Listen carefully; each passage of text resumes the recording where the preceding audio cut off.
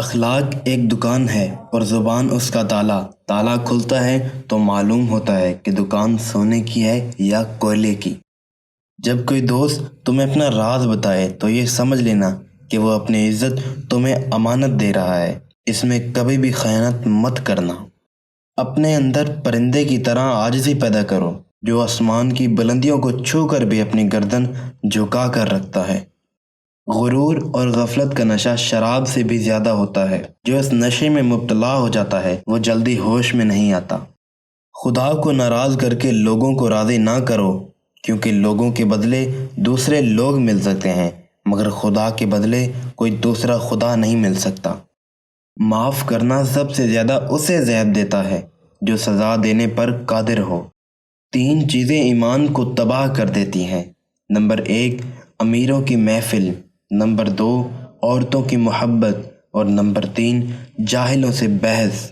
اگر کوئی آپ کی فکر کرتا ہے تو اس کی قدر کرو، کیونکہ دنیا میں تماشائی زیادہ اور فکر کرنے والے بہت کم ہوتے ہیں۔ انسان کے جسم کا سب سے خوبصورت حصہ دل ہے۔ اگر یہی صاف نہ ہو تو چمکتا چہرہ کسی کام کا نہیں۔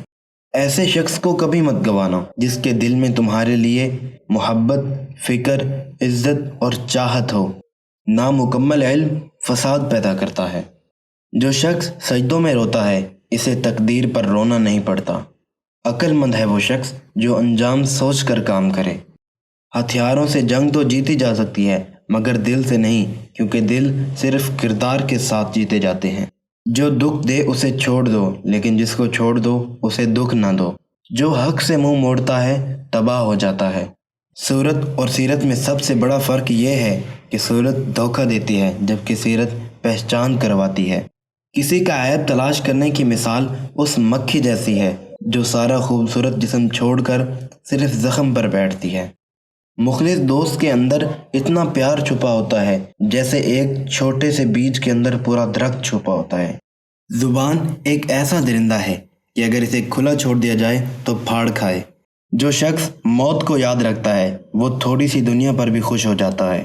اللہ تعالیٰ کی فرما برداری سب آفتوں سے بچنے کی ڈھال ہے۔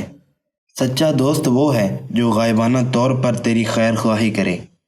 اے مومن، جب تک تو نقصان سے ترقی نہ کرے تب تک کمال کو کبھی حاصل نہیں کر سکتا۔ لوگوں کے غلام مت بنو جبکہ اللہ تعالیٰ نے تمہیں آزاد پیدا کیا ہے۔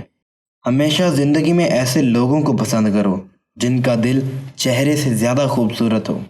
ایک ساتھ کی ذلت تمام عمر کی عزت کو برباد کر دیتی ہے۔ غیبت کرنا کمزور آدمی کی آخری کوشش ہوتی ہے۔ تیرا نفس تجھ سے وہی کام کروائے گا جس کے ساتھ تو نے اسے مانوس بنایا ہے۔ کبھی تم دوسروں کے لیے دل سے دعا مانگ کر تو دیکھو، تمہیں اپنے لیے مانگنے کی ضرورت نہیں پڑے گی۔